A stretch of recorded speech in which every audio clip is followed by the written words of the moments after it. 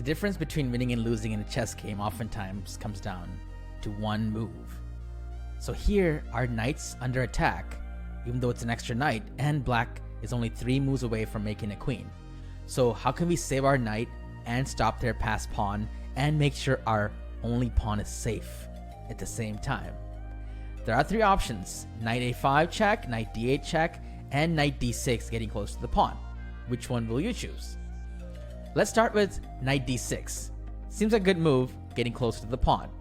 Now, black plays g3. He's only 2 moves away from making a queen, so we had to put the pedal to the metal. Knight f5, g2, knight d4 check, making the most out of each move, and we do manage to stop the pawn. But is white winning? Not quite, because king c4 and our last pawn will be hunted down. We can't stop it. The knight's simply overloaded. Even d4 doesn't work because g1 queen, sacrificing their last pawn to win our last pawn. To draw. Let's go back to the first position and look at knight a5. Maybe we can come around like this. It's a check after all. But black plays king b5, knight b3, king c4, knight c1. Looks like we're saving our pawn, but once again after g3, our knight's overloaded. We cannot protect this and this at the same time. It's a draw. So if every tempo matters between winning and losing, then we're gonna have to make the most out of it. So the move is knight d8 check. Seemingly farther away from the pawn, but hold on. After king c5, the trick is we have king e5. Making the most out of each move. The king comes into the fray, tries to save our pawn with opposition, and our knight is more effective from the center of the board. After g3, knight e6 check, king c4, knight f4. It seems like our knight has saved the pawn and stopped their pawn, right? Not quite yet. Black has one more trick up their sleeve. g2.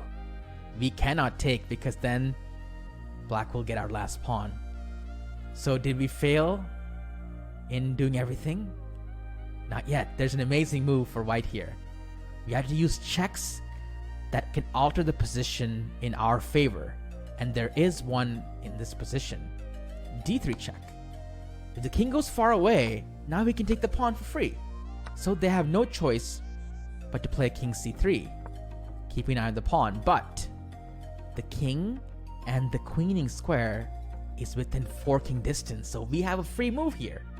But we cannot use that free move to play d4, trying to take the pawn, because obviously if black queens, white wins. But black has an amazing resource here. Can you see it?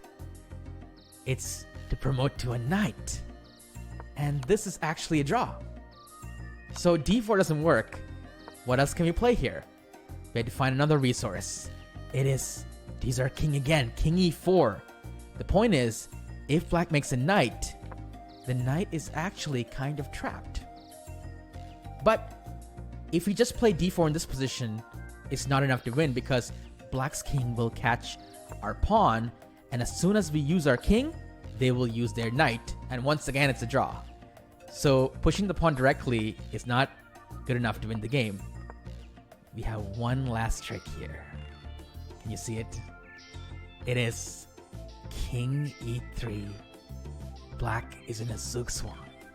The knight has no moves, and the king also has no moves. Any move by the king will go too far away from the pawn. If they go king b4, we catch the knight. They're too far. And if they go king c2, they're also too far because now we push the pawn. And black loses the game. An amazing puzzle.